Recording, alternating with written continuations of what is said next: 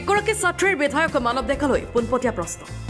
Sir, আপুনি যিহেতু শৈক্ষিক ক্ষেত্ৰত লখিমপুৰ জিলাখনত যথেষ্ট অৱদান আগবঢ়াইছে। উদাহৰণস্বৰূপে আমি লখিমপুৰ জিলাৰ পুথিভঁৰালটো নতুন ৰূপত দেখিছো। তদুপৰি নৰ্থ লখিমপুৰ কলেজকো আপুনি বিশ্ববিদ্যালয়লৈ ৰূপান্তৰিত কৰিছে।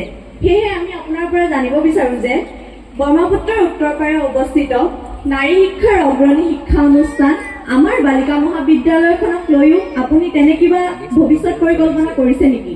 লগে লগে বিধায়কগৰাকীয়ে উত্তৰ দিলে, লখিমপুৰত বিগত ৩০-৪০ বছৰ প্ৰথম মোৰ উদ্দেশ্যটো আছিল বা কামটো আছিল মানুহৰ মানসিকতাৰ পৰিৱৰ্তন কৰা। আৰু সেইকাৰণে আপোনালোকে দেখিছে প্ৰথম এটা বস্তু লগাইছো মই আই লভ লখিমপুৰ বুলি চাৰ্কিট হাউচত। আপোনালোকে দেখিছিলে সেইটো কিয় লগাইছিলো? বহুতে সেইটো কি লগালে EMLA হয়, সেইটো মানসিকতাৰ পৰিৱৰ্তন কৰিবলৈ লগাইছিলো।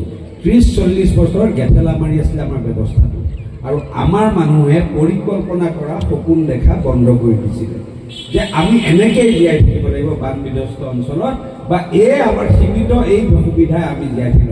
প্ৰথমতে যাতে মানুহে সপোন দেখিব পাৰে, মই সপোনবোৰ এনেকৈ মই পৰিকল্পনা কৰোঁ, তাৰ কাৰণে প্ৰথমতে মই সেইটো কৰিছিলোঁ। আৰু গোটেই কামখিনি মই পৰিকল্পিতৰ ওপৰত কৰিছিলোঁ। এই গোটেই কামখিনিত মোৰ একো বিশেষ ভূমিকা নাথাকে। কিবা যদি এটা অঞ্চল উন্নয়ন হ'বলৈ হয়, সেই অঞ্চলটোৰ সমাজখনে তাক আগবঢ়াই লৈ যাব লাগিব। মোক জনপ্ৰতিনিধি হিচাপে দিছপুৰত আপোনালোকে দায়িত্ব দিছে, আৰু সেই জনপ্ৰতিনিধি হিচাপে আপোনাক সমাজখনে আগবঢ়াই দিয়া প্ৰত্যেকটো সমস্যা, সমাজখনে বিচৰা প্ৰত্যেকটো বস্তু আদায় কৰি অনাৰ দায়িত্বটো মোৰ। কিন্তু যেতিয়া মোক এনেকৈ আজি এগৰাকী ছাত্ৰীয়ে মোক যেনেকৈ প্ৰশ্ন কৰিছে যে লখিমপুৰ বালিকা মহাবিদ্যালয়ৰ কাৰণে আপুনি কি কৰিব, আজিৰ পৰা এইটো মোৰ দায়িত্বত পৰি গ'ল। আৰু সেই মানসিকতা পৰিৱৰ্তনটো মই কৰিছোঁ যে আজি ৩০ বছৰ হয়তো কোনোৱে কোৱা নাছিল যে লখিমপুৰ বালিকা বিদ্যালয়খন কি কৰিব, মহাবিদ্যালয়খন। কেতিয়াবা মোক বিমান চেতিয়া ছাৰ কৈছিলে যে আমাৰ সুৰজিৎ দাই কৈছিল যে এখন আমাৰ ইউনিভাৰ্চিটি লাগে। সেই দায়িত্ব হিচাপে মই কৰিলোঁ।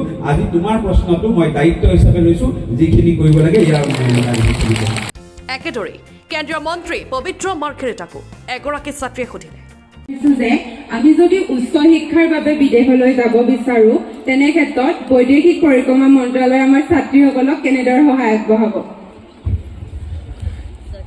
শিক্ষাটো সম্পূৰ্ণৰূপে আমাৰ মানৱ বিকাশ মন্ত্ৰালয় বা বিভাগ থাকে, শিক্ষা বিভাগ থাকে তেওঁলোকৰ।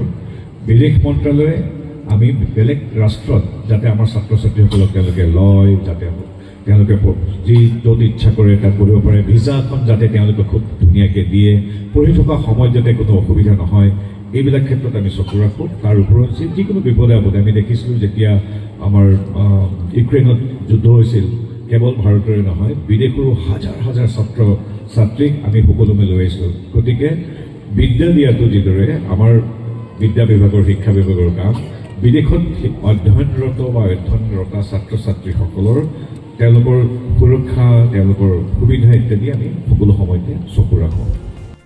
এয়া লখিমপুৰ বালিকা মহাবিদ্যালয়ত অনুষ্ঠিত হোৱা মত বিনিময় অনুষ্ঠানৰ দৃশ্য।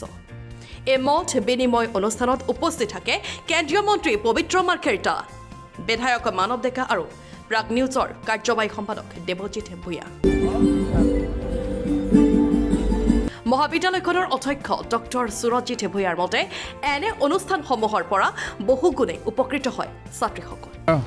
মহাবিদ্যালয়ৰ এটা পৰম্পৰা আছে, আমি সমাজত বিশেষভাৱে সাফল্য লাভ কৰা ব্যক্তিসকলক মহাবিদ্যালয়ৰ মাজলৈ আমি আনো, আৰু তেখেতসকলৰ লগত আমাৰ ছাত্ৰীসকলে তেওঁলোকৰ বিভিন্ন প্ৰশ্নখিনি তেওঁলোকৰ লগত মত বিনিময় কৰে। আৰু আজি আছিলে সেই ধৰণৰ এক অনুষ্ঠান। আমি মহাবিদ্যালয় পৰিয়াল আজি সৌভাগ্যৱান বুলি ভাবিছোঁ যে কেন্দ্ৰীয় মন্ত্ৰী পবিত্ৰ মাৰ্ঘেৰিটা দেৱ আমাৰ মাজত আছিলে আজি, আৰু ছাত্ৰীসকলৰ বিভিন্ন প্ৰশ্ন তেখেতে উত্তৰ দিলে, আৰু মই ভাবিছোঁ আমাৰ ছাত্ৰীসকল তাৰ পৰা উপকৃত হৈছে। মত বিনিময় বস্ত্ৰ আৰু টেক্সটাইল সেই বিভাগৰ তেখেতৰ যিহেতু মন্ত্ৰী, সেই বিষয়ৰ লগতো হৈছে, আৰু এক্সটাৰ্নেল এফেয়াৰ্ছৰ কিছুমান কথা আমাৰ ৰাজনীতিক বিজ্ঞানৰ যিসকল ছাত্ৰী আছে তেওঁলোকৰ লগত আলোচনা কৰিছিলে, আৰু অসমখনক লৈ পেলাই তেখেতৰ যিটো ভৱিষ্যতৰ তেখেতৰ যিটো নীতি বা ভৱিষ্যতৰ যিটো তেখেতৰ যিটো ধাৰণা, সেইখিনি কথাও আমাৰ মহাবিদ্যালয়ৰ ছাত্ৰীসকলৰ লগত তেখেতে মত বিনিময় কৰিছে।